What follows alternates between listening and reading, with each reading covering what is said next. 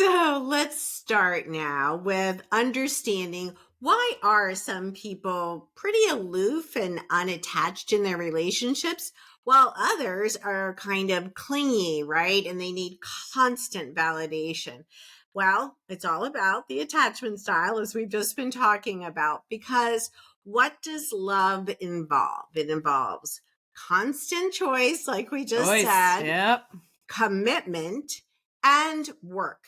And as time moves on, your attachment style can actually change from the way you evolve as a lover and a partner in the relationship.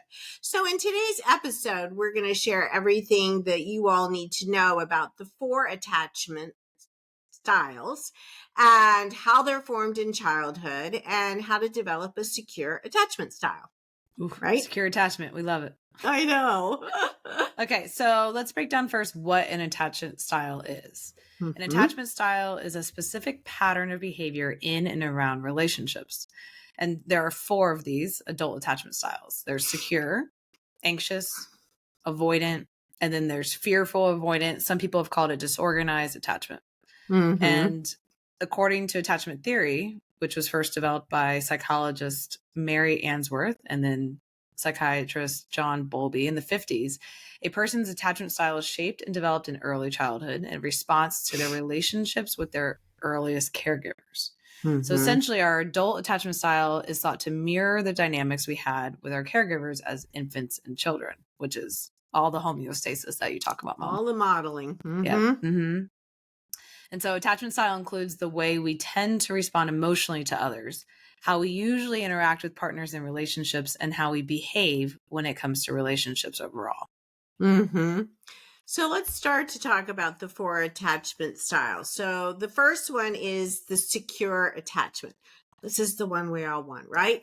So secure attachment styles, it refers to that ability to form secure, loving relationships with others.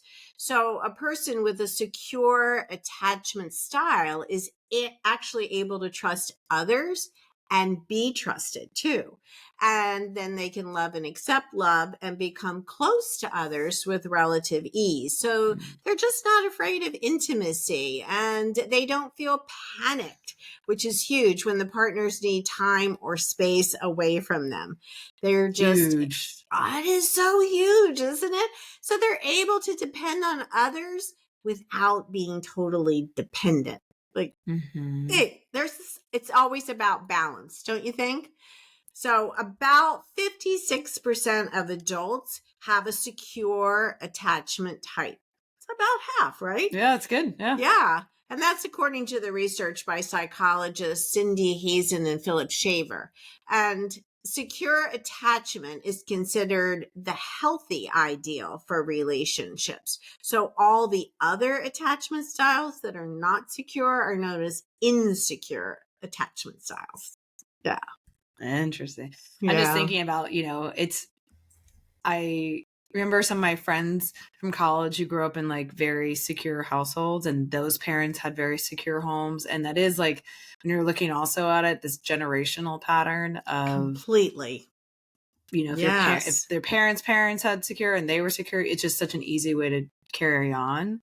And I see a lot of younger people, even like teens and college age, who come in saying how they really want to break generational patterns. I was just going to say that, but now we have so many understanding what it is and saying, I'm going to be the generation to break it. I'm going to be that. Help me do that. Yep. I love that. I love that because I don't, that was not ever talked about, I love mental health is trendy. It's great. Trendy. That is. This reminds me of our photo shoot. Here we are laughing as usual. Just about even with serious topics. I know. Yeah. Well, you have to maintain that. Yes. Yeah. So that's our secure. The next 3 we're going into the insecure attachments, and the first one is that we're talking about is anxious attachment. So anxious attachment style. It's a type of the insecure attachment style marked by deep fear of abandonment. So people with an anxious attachment style tend to be very insecure about their relationships, often worry that their partner will leave them, and really always hungry for validation. It's really associated with like neediness or clingy behavior in relationships, such as like if you're getting really anxious when your partner doesn't text back fast enough, and then Oh, I constantly hear feeling like that your one partner. so much.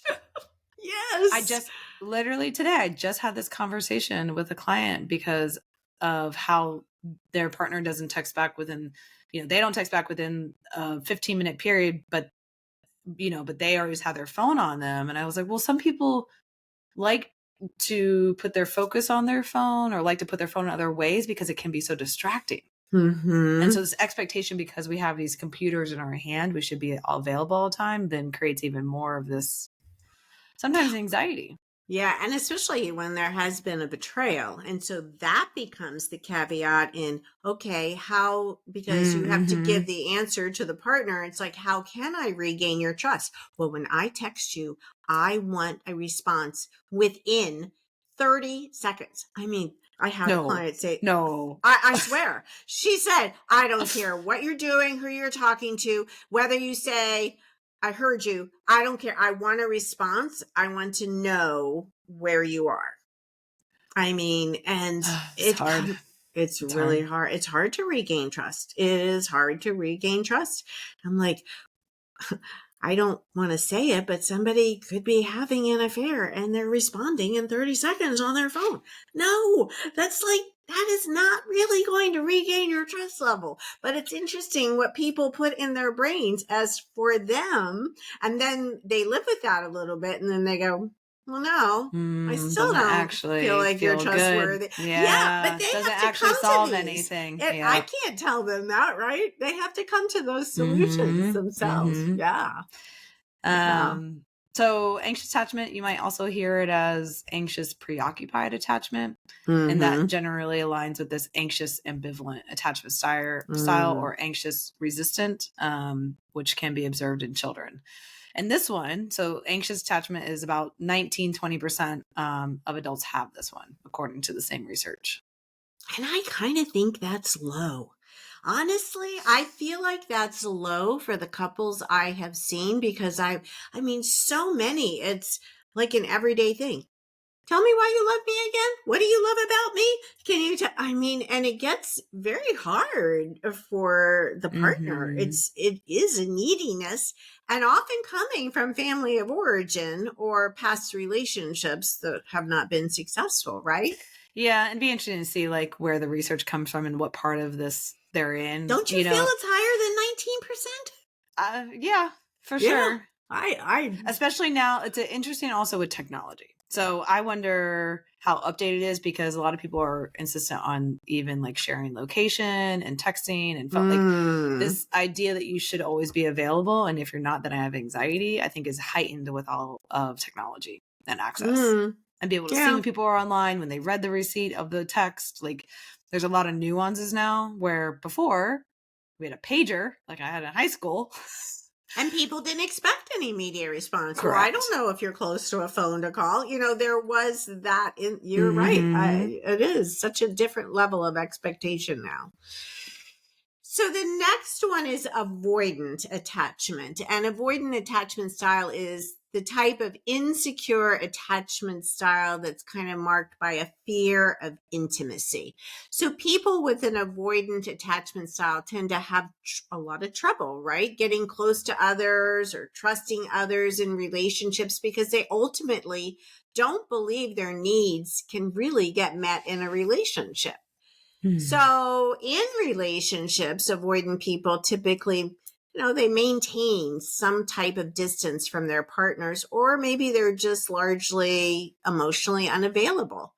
And they might even find relationships a bit suffocating. I hear that a lot. Like, I need space, and avoid them completely, preferring to be much more independent and rely on themselves. So avoidant attachment is also known as dismissive avoidant attachment, and it kind of aligns with the anxious avoidant attachment style observed among some children. And they say 25% of adults have the avoidant attachment style. And it's So, really interesting. Like you look at the last example you talked about texting, right? So if mm-hmm. you are anxious and you're constantly texting, not hearing back, but your partner is avoidant, they're seeing your Yes. text and be like, Yes. oh God, I can't And respond. And just turning it down and like yes. walking away. And you just feel how this escalates so quickly. And you can see people like when they're by themselves in therapy, they say, oh, it's them again. And I'm like, but they know you're in therapy. And they're like, and they're going to expect me to call the second I walk out of here. And they're so anxious, right, to find out what's going on. And I'm like, so will you call right when you walk out? And they're like, I don't know. I'm not sure what I'll do with it. Okay, well, you could be presenting with more issues to deal with in the next couple sessions. So that would be your choice too, right? Yeah. I mean, yes, when they both have such different styles, it is really difficult. Hard. Yeah. So the fourth one is the fearful avoidant attachment. And that's also sometimes you hear it as disorganized. And so fearful avoidant is a combination of the both anxious and avoidant attachment. And people with fearful avoidant attachment both desperately crave affection and want to avoid it at all costs. Want both. It's hard. And they're reluctant to develop a close romantic relationship. Yet at the same time, they feel a dire need to feel loved by others. So it's like being single, I'm okay, but also you're craving this love. And so which, when we talk about manifesting, it's really a mixed signal being put out there because it's really unclear. And fearful avoidant attachment is also known as disorganized because the attachment behaviors displayed by these people can seem inconsistent, and it oscillates between the extremes, right, of the avoidant and anxious. So in general, the fearful avoidant attachment style, it's relatively rare, not well researched, but what we do know, it's associated with some more significant psychological, mental health, and relational risks, including difficulty regulating your emotions because of that extreme, the swing, heightened sexual behavior, and increased risk for violence. Yeah, makes sense because probably like the unpredictable nature of it, right? The chaotic feeling of it. Right. I guess if you're always avoidant, it's more you can know. Oh, they're avoiding again. It's more clear. Yeah. Even though it's not what you want. Yeah. Yeah. So these are the 4. So we're wondering if you know which attachment style are you. As we described that, people kind of can identify that for themselves because there are some really great assessments that allow you to dive deep into more of that. And today we're just going to kind of give you an overview. So we want you to listen to these 3 statements and pick the one that most resonates with you. So here's the first one. I find it relatively easy to get close to others and am comfortable depending on them and having them depend on me. I don't often worry about being abandoned or about someone getting too close to me. Maybe that is you. Number 2. I find that others are reluctant to get as close as I would like. I often worry that my partner doesn't really love me or won't want to stay with me. I want to merge completely with another person, and this desire sometimes scares people away. Yep. Or number 3. I am somewhat uncomfortable being close to others.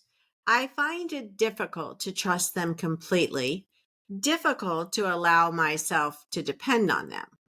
I am nervous when anyone gets too close, and often love partners want me to be more intimate than I feel comfortable being.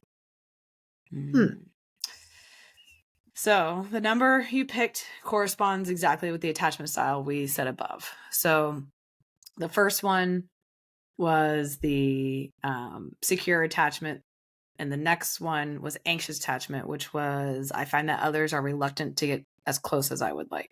You're worried. And the third one was the avoidant, where you're somewhat uncomfortable, difficult to trust, nervous when people get close. And those are the 3 main ones that were studied and all the research we've been talking about from the psychologist. And the last one, the fearful avoidant, that one hasn't been studied as much, but Have a listen again if you see what resonates, because it starts to pick up on it. Yeah. So I think it's time to talk about exactly how our attachment styles formed, because we've been saying, really it tends to come from family of origin at times, but it is typically developed in infancy because it's based on our relationships with our earliest caregivers. It really does start from there. It really does every time. Researchers believe that attachment style is formed within our first year of living. First year. So it's somewhere between 7 to 11 months of age, and it's determined by how the primary caregiver responds to the child's cues when they're experiencing emotional stress. And boy, there is so much opposite literature on this one. When you're raising a child, let them cry, pick them up every moment. It is so interesting on a lot that. of schools of thought. I was Yes. just reading some other research the other day that talked about 75% of the neurons in our brain are already wired by the age of 3. And so if you look at all, like, that lines up exactly with attachment. So what are you learning about your world around you as a kid, right? How so safe is it? If I'm crying because that's all I can do as a baby and my needs aren't getting attuned to, what does that feel like in my body? Guess which one I was, Sarah, for you? Overly secure. Overly responsive. You peeped. I held your hand while you fell asleep. Oh, that's good. It's like, my child's not going to cry and be upset. She says, if she is totally satisfied, she will fall asleep. Well, and like that makes sense, right? Like as a kid, and for a long time, you're not able to regulate your own nervous system. So when you coming in there, I get to borrow your nervous system and co-regulate and then soothe. When kids are left alone, they are left to just stay dysregulated. They don't have those tools yet. So yes, it's hard because there is such competing schools of thought. Oh, I know. But Mom, yes, you are very responsive up to my current age. Very attuned. You need me? Well, I'm here. What do you need? But then I let go so easily. Totally, My God, totally. 3 years traveling in Asia, I let go. I was able to let go. Did. I know. There is balance. Yeah. Yeah. So yeah. Carrying on this. Yeah. Because human beings are born helpless, right? Yeah. So we are hardwired at birth to search for and attach to that reliable caretaker for protection. And it is the quality of that very first bond, loving and stable or inconsistent or even absent. I mean, there could be addiction. I mean, so many reasons, so many mental health issues. I've had a lot of those stories, yeah. Yes, and that shapes the developing brain, and it influences us throughout life in how we're going to deal with loss and how we're going to behave in relationships. It's so crucial. Yeah.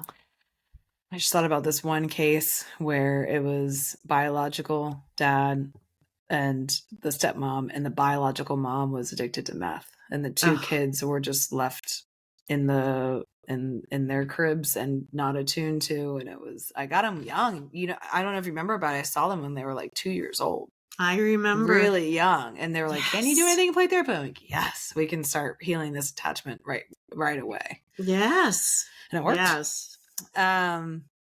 So this is interesting. So here's a little overview of what circumstances lead to each of the 4 attachment styles and what it looks like. So it's from the almost like child and adult perspective. So you can kind of see what aligns for you, what's familiar. And maybe it's already shifted. Maybe you've already done the work and you were in the insecure and you're like, oh, but I'm a secure adult now. So the first one is secure attachment, where caregivers are responsive, mother, and attuned to their child needs. As a child, this is what it looks like. You're able to separate from the parent. You can seek comfort from parents when you're frightened, right? You go to them. You greet the return of the parent with positive emotion. So there's none of that separation anxiety. And you prefer the parent to strangers, which is interesting, right? Isn't it? Yeah. Yeah. And as an adult, this looks like having trusting, lasting relationships, having good self-esteem, being able to share feelings openly, authentically with your partners and friends, and being able to seek out social support. Mm-hmm. Mm-hmm. So with anxious attachment, your caregivers are more inconsistent. They're unpredictable with affections, sometimes even overly involved, and maybe intermittently withdrawn. So, right, that double message. It's that unpredictable fluctuation between caregivers being emotionally available and then distant that really leads children to be anxious about all their future relationships. And so as children, then they may be very wary of strangers. Like, you see them, they scream if there's a stranger. They become so distressed when the parent leaves. Like the parent has to do all these things to try to leave the house. And they don't appear comforted when the parents return, which is so interesting, isn't it? Like they can be acting out. And then as adults, they're so reluctant to become close to others, and they will worry incessantly that their partner does not really love them, constantly asking for validation. And they become so distraught when the relationships end, like suicidal at times. I mean, they severely depressed for months and months on end. I mean, it's huge. It's really huge. And I'll just tee up there. We have in a couple weeks, we are talking with Catherine Wilbur Thomas, who wrote Consciously Uncoupling. And that was one of my biggest helps for when a relationship ends, how to shift out of any kind of anxiety around it and really gain back your empowerment. So I think listeners, you're going to love it because it's something that is hugely helpful, but because that's one of the parts of it. Just want to tee it up. The next one is the avoidant attachment style. So this is when caregivers are not responsive and they are often dismissive and distant. And they're constantly emotionally disconnected from their child, resulting in the child believing that their needs won't get met. And that's often right. So when we talked about that generational trauma, so if a parent is not emotionally connected to themselves, how can they be connected to their child? Right. So as a child, what this looks like is that you might avoid parents. You wouldn't really seek out much comfort or contact from your parent, right? Because it's not safe. And you would show little or no preference for parents over strangers. As an adult, might look like they have some intimacy problems. You invest little emotion in social and romantic relationships. And you might be unwilling or unable to share thoughts or feelings with others. You just hold it really close to chest. And then there's the fearful avoidant attachment. So this type of an environment that influences disorganized attachment involves a caregiver who is very frightening or traumatizing. And that leads to the child to experience this deep sense of fear and a lack of trust in others, despite even when they want a closer connection. And they may be neglectful or even abusive, which is, of course, what we're talking about, so much that the child develops this very poor understanding of boundaries. And they're very confused about what a healthy relationship looks like because there's no modeling, right? So at age 1, they can show a mixture of avoidant and resistant behavior, even at age 1. And they may seem dazed or confused or even apprehensive. So, therapists can pick up on those cues. And then at age 6, they may take on even a parental role. And some children can start actually trying to act like the caregiver towards a parent. I've had parents in there talking about that. Haven't you? Yeah. The little adults, they call them. Yeah. Which, it's interesting because some of these characteristics are sometimes praised. Yes. Because it's helpful, right? Yes. It's sometimes some of these, if you're more just more aware, but it's like a hypervigilance, but even taking on a parental role, it's like helpful. Thank you. Right. Yes. And you might miss it's encouraged. Yeah. Yeah. And caregivers are not the only ones who shape your attachment style. So it can also be influenced by other significant relationships throughout lives, as friendships, as past relationships. Even people had, I know, Mom, you had, sometimes you're always, what do you say? You're like so many people's mothers because you worked with people young and you kind of reparented them, right? Completely. Some Yes. people just have another role model in their life. It might have been, a nanny or a coach, and that really played a significant role to teach a secure attachment, Mm-hmm. And a person can have had secure attachment during childhood. However, like we talked about earlier, the betrayals or infidelity in adulthood relationships can lead to that insecure attachment for that. Yes. But I kind of like that, Absolutely. if you grew up having secure attachment, there is that homeostasis that you can come back to because you know what that feels like. And it's Yes. almost like, a little bit easier to work through the betrayal because you understand how to get in your body what it feels like. Well, you can give yourself the choice because you've actually Yeah. experienced it, which is huge. It's absolutely huge. And it's also possible to have a different attachment style in different situations too. So while we may have a primary attachment style, depending on our relationships, we may feel more secure with one person, interestingly enough, than you do with another person. So for many people, their attachment style isn't really the same in every relationship they encounter. And things that might contribute to this are their counterparts, the romantic or platonic personality and feelings of safety. I also think it's attached to vibrational energy. I mean, different people present different ways, and you feel that synergy with certain people. I mean, and then other people are like, I know I must have been in a past life with you, Petey. Well, Because it feels so strong, right? Yeah. I mean, if you meet somebody who it's hard for them to trust, that's going to fuse into the relationship and it's going to feel more insecure. Even if you are a secure person, it might show up differently in that relationship because if somebody is feeling distrustful of you, even if you don't even have a reason that there's no betrayal, even like a close friendship. Yeah. Right. I know. It can look different. Mm-hmm. So if you have not fully experienced secure attachment, we're going to help. Here's how to change your attachment style and really step into a beautifully safe and loving kind of relationship. And so the first step is to identify your relationship patterns. So I want you to start by thinking about your relationship with your parents or any other significant people as a child.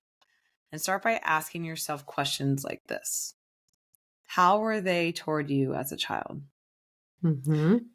How did you respond to them? Mm-hmm. To whom did you go to for comfort when you had a problem? Were they negligent or were they reliable? Those questions, that's going to help you get a little more clarity, just toe in the water on what may have shaped your attachment style if you get really honest and take some time to think about those answers. And you can assess your current and past attachment style and identify if there are any patterns in choosing romantic partners. And that's the really interesting one. Yes. Mom's shaking her head. Oh, I guess people will see it now. Yeah. Yes. Yes. Patterns. Yeah. Yes. And so you want to be aware and just get really informed about your childhood history. Me, I don't remember a lot of my things in my past. I have a lot of, I'm not the record keeper of the family. I go to my brother and he reminds me of everything because he has that memory, so somebody has the receipts there. Because the whole idea, and Mom, you might speak to this more, but you want to be aware of your childhood history because the familiarity is comforting, whether it was good or bad. Meaning that your past unhealthy relationship patterns from childhood can be recreated in adulthood. Right. It's just familiar. And just to remind you of when we keep speaking of homeostasis, your mind, body, and spirit gravitates back to the feeling it knew best in childhood. So it creates people, places, and things like a magnet for you to be attracted to sit in them not because you like them, but because it's so familiar. And until you have conscious awareness, you can't change this homeostasis. Yeah. Sometimes I tell people it's like your love template. Like, this is what you understood, and it gets replicated until the awareness. Yeah. Yes. Yes. And the next thing you can do is to work on your self-esteem. This is huge, right? Because low self-esteem is such a common characteristic across all insecure attachment styles. So you have to learn to embrace and value and love and care for yourself first. Because if you can't fathom what self-love is because maybe you were neglected or abused or dismissed as a child, then you can start with self-tolerance and it's kind of sitting in a self-neutral space for yourself, right? That more of the observer. And it can look like I'm a person and everyone deserves to be valued, instead of forcing yourself with some empty words of, I'm beautiful and valuable. It's like, it's a learning process, because until you value yourself enough, you're not going to want to leave. You're just not going to want to leave. Yeah. And with these affirmations, you really want them to feel aligned with you. Like, it can't be this magical, like, everybody loves me and I'm so perfect and I can get anybody I want and everything is safe. It can't land in this way that doesn't feel true for you. So I like even this example, Mom, of like, yeah, I'm a person that everybody deserves to be loved, because that is true. And that is something that you can really easily digest for yourself and speak to yourself, because you know that have to be to true. Speak truth. Yeah. Or else your brain will kick it out. Yes. Nah, it's a bunch of BS, Yeah. Yes. Yeah. The next way to start to shift into this secure attachment style is to get in touch with your real needs, with the real and authentic needs. So at the end of the day, all insecure attachment styles are people who tend to form insecure relationships because of deeply held fears that their relationships will not work out. So it's important to figure out how to make yourself feel more secure in relationships. And part of that involves being aware of what your needs are and desires are in relationships. So many clients don't even know what they need. They just know they're unhappy, but they can't identify their need and want their partner to know what they need without them knowing what they need. That mind reader. Yeah, no game playing. I know. Yeah. So learn to be assertive and set boundaries. That's part of that. And honor what you feel and express your needs in words without manipulation and hidden meanings. No passive aggressive. No passive aggressive. No sarcasm in this space either. Oh, I know. Yeah. The 4 horsemen. And what? The 4 horsemen. Oh, yes. Yeah. No criticism. Yeah. Securely attached people, they are often very direct. And direct and boundaries, those are still clear and kind. It's not all of a sudden you're going into this mean way to talk because you're sharing a boundary. It's still really kind and clear and direct, so that they can love you the way you deserve to be loved. And really appropriately confrontational to create healthy and meaningful relationships. It's like redefining confrontation. What a gift to give to your partner. Yeah. Clarity.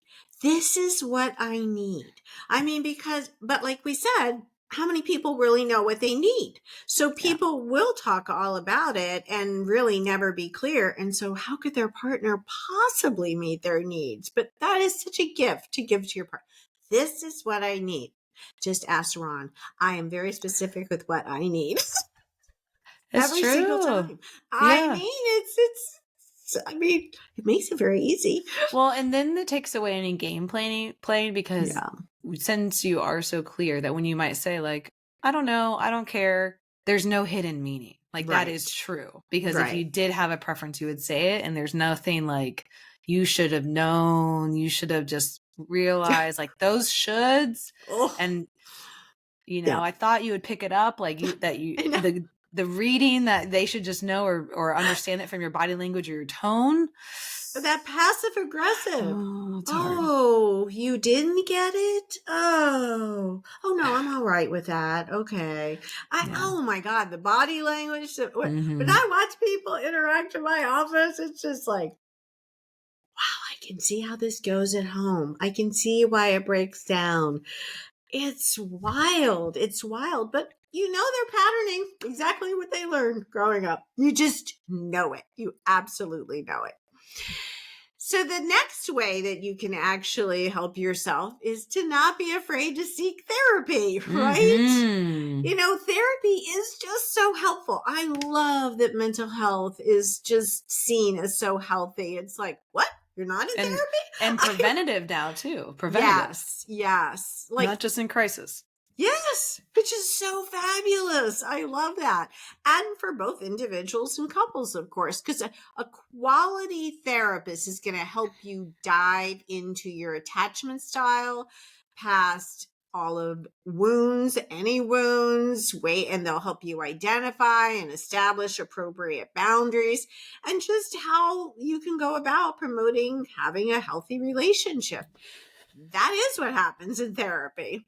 Well, and I also say, like, you know, I can imagine some people will be like, I have no memories of ages 0 to 3 or 0, 1, 2, 3. So how could it be productive to unpack those attachment styles? And that's where, you know, the work that we do with the hypnosis and NLP and going into that age regression allows you to actually go in and heal it on the subconscious level, which is, I think, just phenomenal. Amazing. Yeah. Yes. Because it's not, because then you are in it and you're having this real time healing to lift it out. Yes. I mean, when, like you said, someone has no memories of those very early childhood ages, and I am doing like age me, regression. Especially when there's trauma around it, right? Your brain is going to block those out for good reason. Right. And when I do the hypnosis and I do age regression and say, go to the age where you first felt abandoned or left out.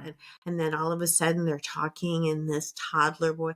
Oh, well, I'm here and I can't see anybody. Nobody's coming to help me. I mean, it is so clear. This person is in that, and then I can take them to the healing space and, you know, sink in anchors for them. Yep.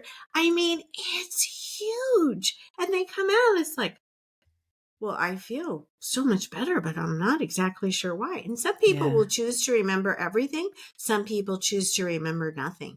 It is such interesting work. But whether you remember it or not, the healing still occurs.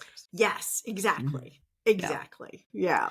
And what's really encouraging about, you know, our attachment style is that it is updated by our adult relational experiences, like we talked about, and that we have this power and ability to grow into secure relationships that promote this like individuation and security in them. And that's why I think it's all this cool thing you talked about, like the power of choice, because you really get to choose to take steps to change your attachment style, attract a secure relationship, which then would also have you raising your self-esteem and developing this beautiful self-love and self-trust. You have to have clarity. You have to do the work.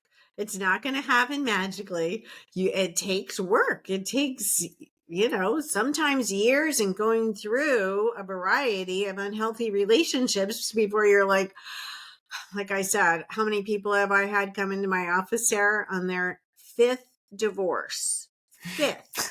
And they're like, and they may be in their 50s and on their 5th divorce. And they're like, all right, I can't do this anymore. I can't do this one more time. And they are fully committed to doing the work. I want a healthy relationship next. And there they are. So it's a really interesting topic. Yeah, and this is one you might go back and listen to again, because I think you get more clarity. Asked, just to be able to hear a little more, and you start thinking about different people, and even you can think about, well, what was your parents' attachment style? Right? Like keep looking at the whole picture. What was your partner's attachment style? And if your parents are still alive, then you ask your parents, and what were their now?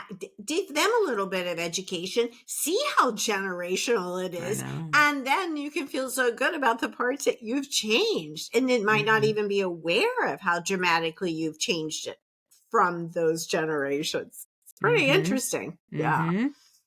All right. Is it time for the affirmation? Yeah, let's roll into that. Okay. I deserve to have all my needs met. Oh, that's it. Yep. I communicate my feelings in a healthy way, and I am at peace no matter what happens in this relationship. That sounds safe and secure. Jeez. Yes. That's Safe. a lot of non-attachment and attachment styles. I'm at peace no matter what happens in the relationship. That is such safety within yourself. The ultimate self-worth. Yeah. Ultimate. There you go. That's good. Yeah. Love it. Okay. So we have back our romance angel cards. Oh, you love those. I love them. They're so good in relationship. It's so lovely. But they also deliver real truth, you know? So take a moment. People are going to see me hold up my fingers like I always do for Sarah every time we do this. And we're always laughing. Oh, it's true. Okay, so just take a moment, and if you're able to, close your eyes, take a beautiful grounding breath in through the nose. And as you exhale, just let your shoulders soften and allow your subconscious mind to arrive and ask it, what number card is yours today? Number 1, 2, or 3. And the first number you see, you feel, you just know, that's the card for you. Card number 1. Release your ex. Oh, the time has come to clear your energy.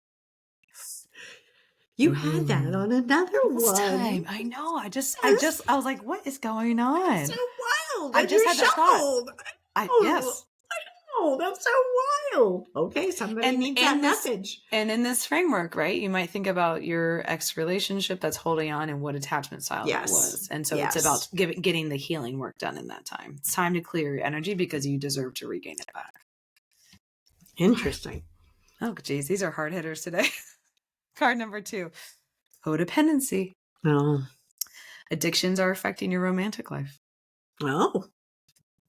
So a lot of times people who are codependent were raised in families of some kind of addiction. And that could be anything from traditional to drugs and alcohol to more non-traditional with work or gaming, you know, or just so if you are not codependency, it means you're not listening to your needs first, right? You're listening to other people's needs. So that is the card for you to check in with what needs do you have that are not being met. You don't trust your own needs. Yeah. You have to think they'll be met by others, right? Okay, what's the number 3? This one, I wonder if it's for us. It's the honeymoon, our little trip to Costa Rica together. It's the honeymoon? Enjoy the bliss of holiday time together. Oh, maybe it's for us. Maybe it's your trip. You're taking a trip next week.